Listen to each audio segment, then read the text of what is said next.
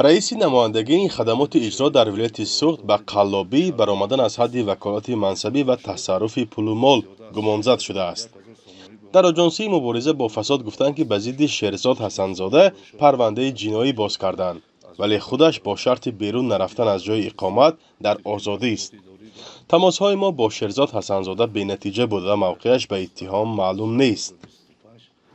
ضمن گذراندن چاره‌بینی اپراتیوی جستجویی از جانب کارمندان ریاست نسبت سردار ریاست خدمات اجرا در ولایت سوخت حسنزاده شهرزاد موادهای جمع آورده شده با ماده‌های 247 قسم 4 بند ب، 246 قسم 2 بند ا و 316 کدک جنایتی جمهوری توستان پرونده جنایتی آغاز کرده شد، مورد تفتیش پیشکی قرار دارد. مقامات گفتند که پرونده 1 ماه پیش باز شده است و تحقیق آن ادامه دارد و تفصیلات ندادند.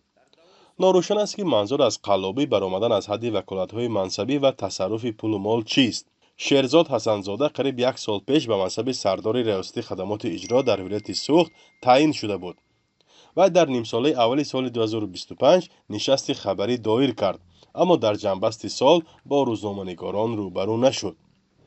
مسئولان حکومت سوخت گفتند که جدول برگزاری نشست‌های مطبوعاتی در این اداره با سبب تغییرات کادری در وقت دیگر می‌گذرد. تلفن شهرزاد حسنزاده فعال است. رادیو آزادی برای فهمیدن موقع او چند دفعه با او تماس گرفت، ولی کسی به زنگ‌های پی در پی ما جواب نداد.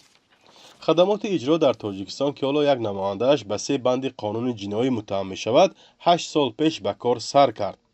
هدفش اجرای قرار و حکم دادگاه‌ها، حجت مقامات دولتی و شخصان منصبدار و برقرار کردن ضرری است که به دولت و شرکت و شخصان علاهیده رسانده شده است.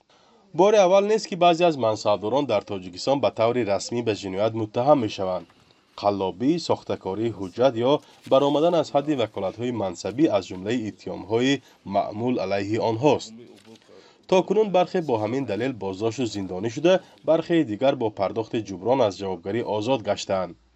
حامیان حقوق تاجیکستان را پیوسته برای آن تنقید می‌کنند که در مبارزه با کروپسیا یا فساد مالی جدی نیستند و بیشتر با بازداشت منصبداران زینه پایانی یا آموزگاران و پزشکان اکتفا می‌کنند. فرزان محمدی، رادیو آزادی، شهر خوجند.